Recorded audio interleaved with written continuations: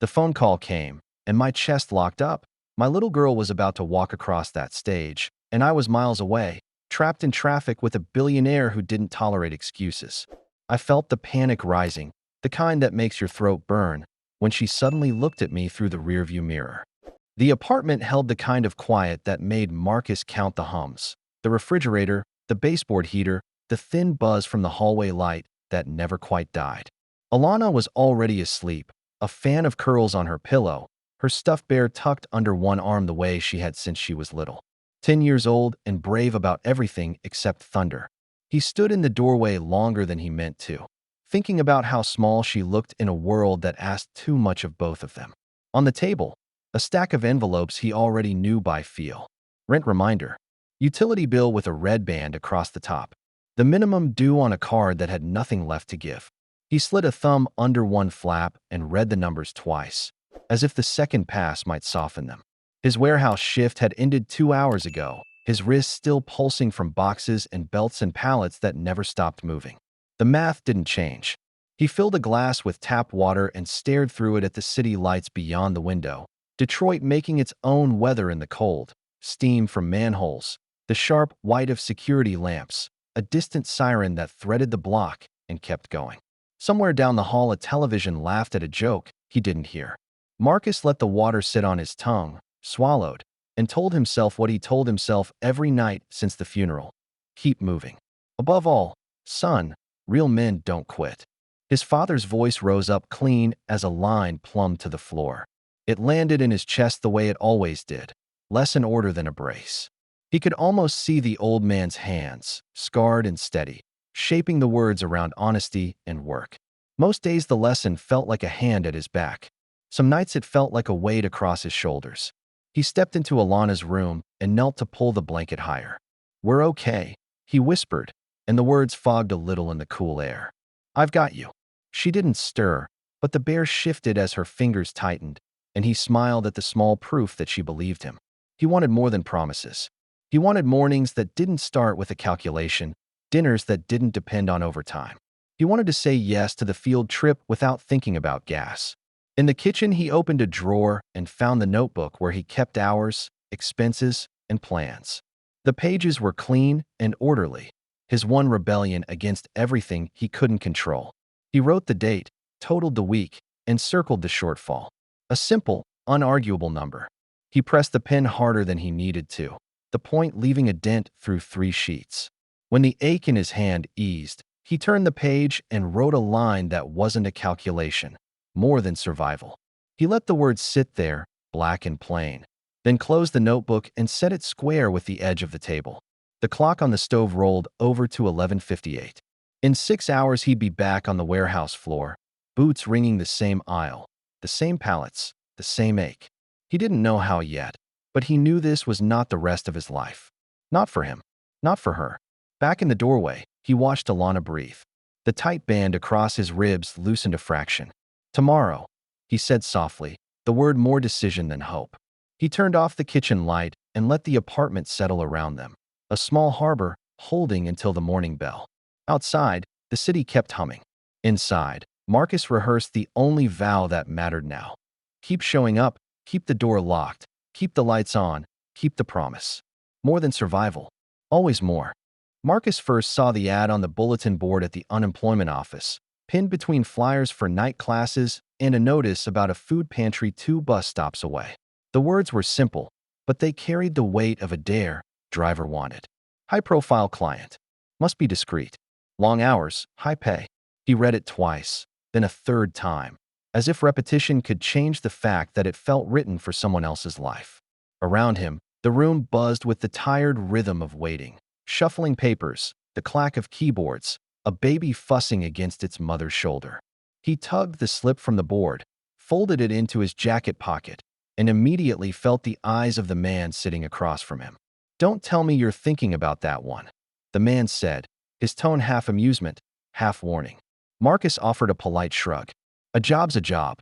The man leaned forward, his elbows heavy on his knees. "Not that job. You know who it's for, right? Victoria Hale. Chews through drivers like gum. Last guy lasted 2 weeks. Sat outside her place for 6 hours in the snow because she wanted to test him. He quit on the spot. My cousin says she fired another one for opening the door half a second too slow. You don't want that headache. A woman nearby chimed in without looking up from her paperwork. You couldn't pay me enough to drive for her. Billionaire real estate witch. Hasn't kept an employee longer than a month. She shook her head, lips pursed. Suicide mission. Marcus listened, but he didn't put the paper back. The warnings only made the edges of the folded sheet feel sharper in his pocket. 6 hours in the snow sounded brutal, but what about the late fees stacked on his table? Fired after a month sounded rough, but what about Alana's shoes with the worn soles? Her whispered question about field trips he couldn't afford? He had no luxury of pride, not anymore. Later that night, after Alana was asleep, he sat at the table with the slip flattened in front of him. The address at the bottom, Hale Enterprises, West Grand Boulevard, looked like another world. He traced the letters with one finger, imagining the kind of office where the ink and the pens probably cost more than his boots. He almost laughed, but the sound caught in his throat.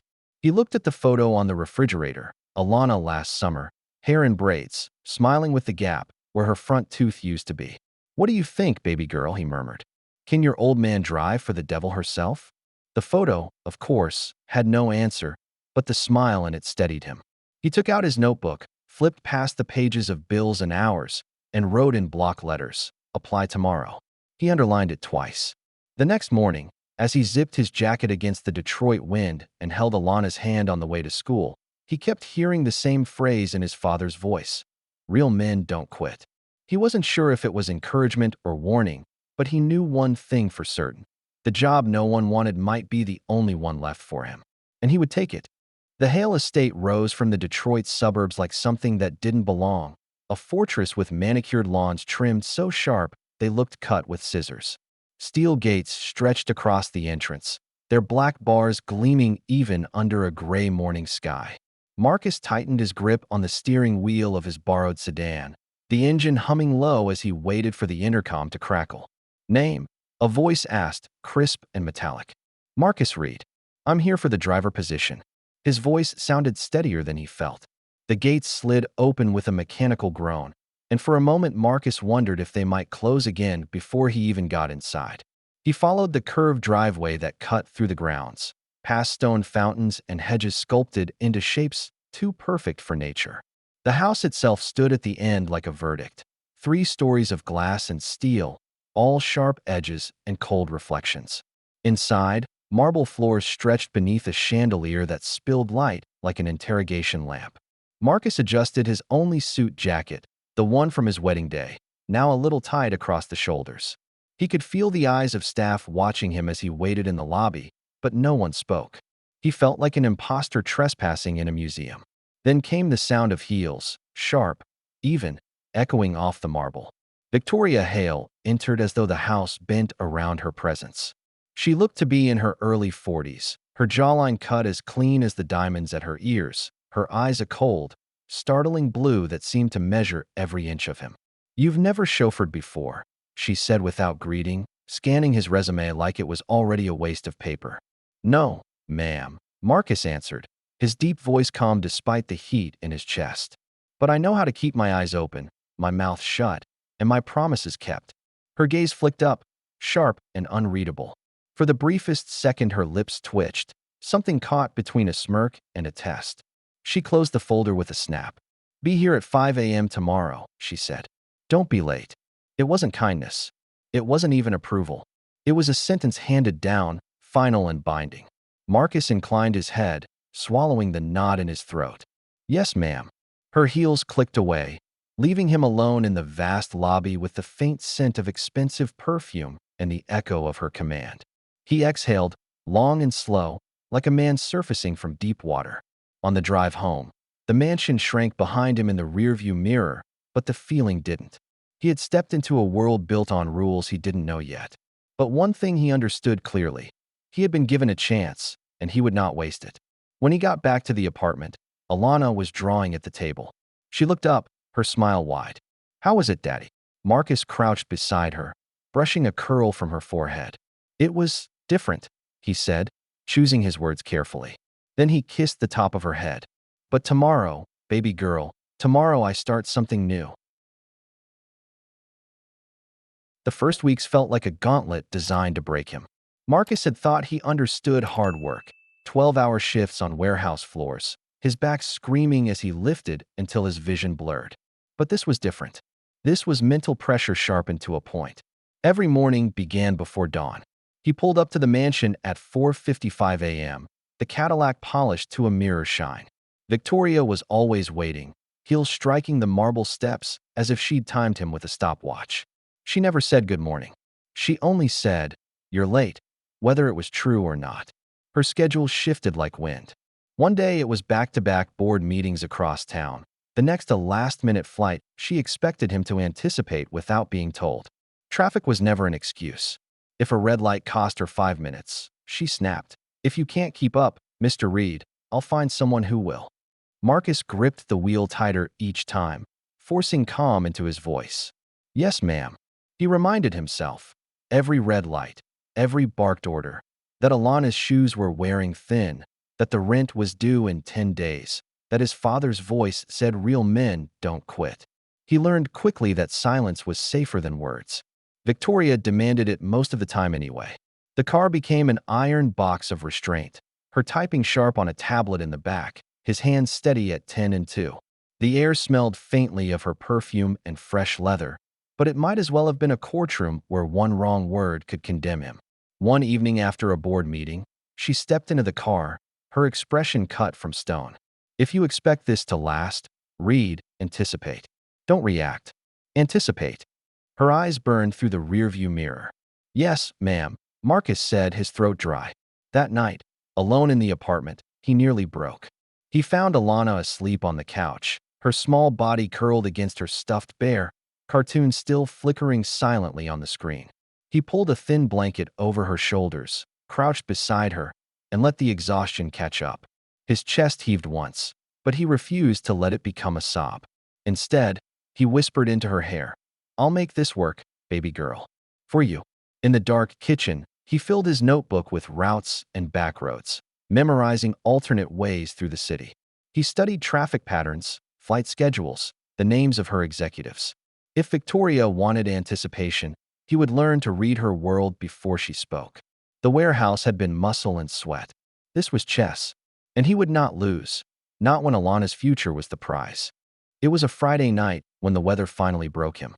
Rain hammered the windshield in sheets, the wipers struggling to keep pace. Marcus had picked Victoria up downtown after a meeting that had clearly gone sideways. Her jaw was clenched, her phone tossed carelessly onto the leather beside her. The usual sharpness in her eyes dulled into something colder, heavier. For once, she didn't launch into instructions. She simply leaned her head against the window, the city lights fractured by raindrops sliding down the glass. Marcus kept his hands steady on the wheel, though the silence inside the car pressed almost as hard as the storm outside. At the last stoplight before the freeway, he reached into the cup holder. He had stopped earlier at a corner cafe, something he had started doing on instinct, picking up 2 coffees, one for him, one just in case. He held the cup back toward her without turning. "Black. No sugar, no cream," he said quietly. There was a pause, the kind of pause where the air shifts, where something small but irreversible happens. She took the cup, her fingers brushing his for just a second. When she spoke, her voice was softer than he had ever heard it. "You remembered." "Yes, ma'am," Marcus said, his tone respectful but gentle. She sipped in silence, the rain tapping like fingers on the roof. For the first time, she didn't bark another order, didn't test him with impossible demands. She simply drank, staring out into the storm, and he drove. Marcus stole a glance in the rearview mirror.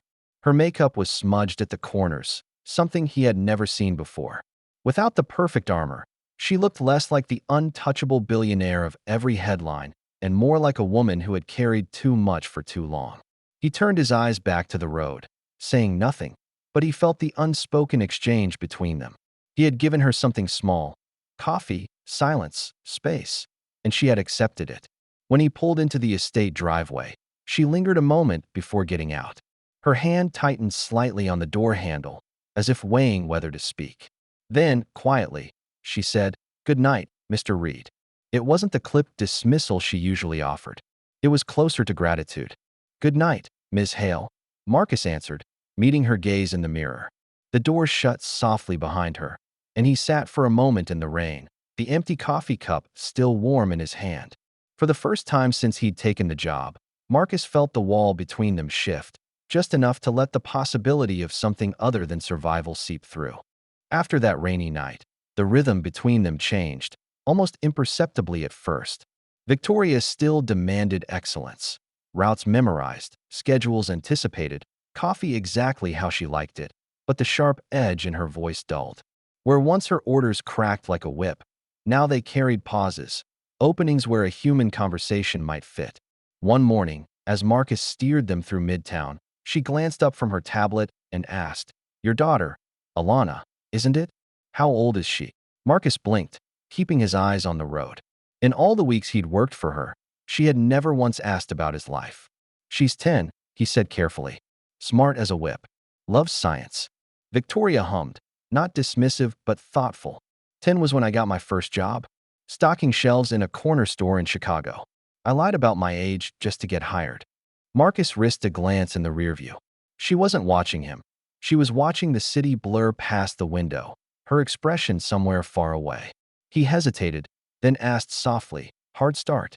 She gave a short, wry laugh. "Hard everything. My family didn't have money. If I wanted something better, I had to claw my way to it. 3 jobs through college. Real estate license before I was 21. Everyone told me I'd fail. I didn't." Her chin lifted slightly, but Marcus caught the flicker of weariness beneath the steel. He nodded.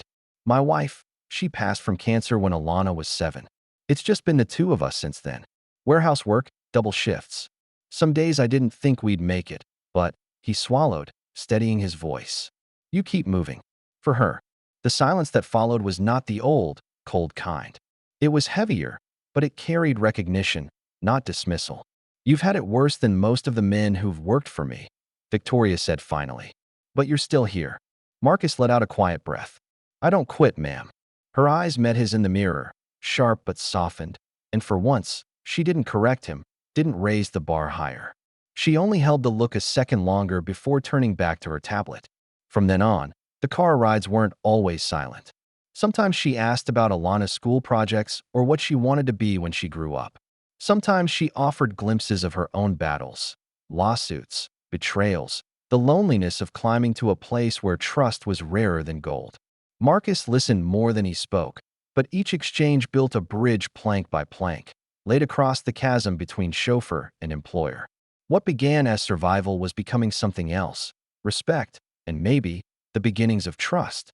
The call came just as rush hour traffic congealed into a wall of red brake lights. Marcus's phone buzzed against the console, and when he saw the school's number, his heart stuttered.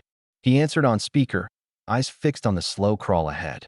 "Mr. Reed," the voice said, bright with excitement. "I'm calling to let you know Alana has won first place in the regional science fair. We'll be awarding her medal at the ceremony tonight. It starts in 20 minutes. Marcus's chest tightened. 20 minutes. He glanced at the dashboard clock, then at the endless stream of cars locked bumper to bumper. He gripped the wheel until his knuckles whitened. In the back seat, Victoria looked up from her phone. "Problem. My daughter," Marcus said, his voice strained. "She's being honored tonight. But if we stay on this route, I won't make it." For a long beat, the only sound was the rain ticking faintly against the glass.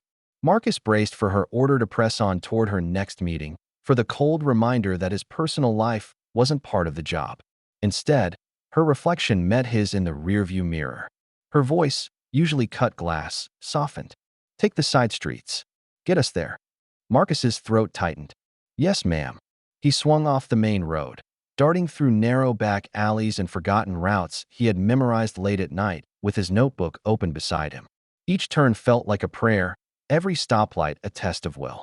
His pulse raced faster than the speedometer as the clock crept closer to the start time. They pulled into the school lot just as the announcement echoed from inside. Marcus leapt from the car, his heart pounding, and rushed through the doors. He reached the auditorium as the principal called Alana's name. "Alana Reed, first place." She stepped onto the stage, medal waiting, her eyes scanning the crowd. For a moment, she looked small and uncertain. Then she saw him. "Daddy," she shouted, her voice carrying clear above the applause. Her face lit like the sun breaking through cloud. Marcus ran forward, arms open, and when she jumped into his embrace, the metal clinking against his chest, the tears he had fought for months burned free. "I'm here, baby girl," he whispered into her hair. "I'm right here." When he turned back toward the doors, he spotted her. Victoria stood quietly in the shadows at the back of the room, arms folded, her usual mask loosened. She didn't need to be there. She wasn't his family, but she was. Later that night, as Marcus drove her home, she broke the silence. "You're a good father, Marcus. Don't ever let this job take that from you."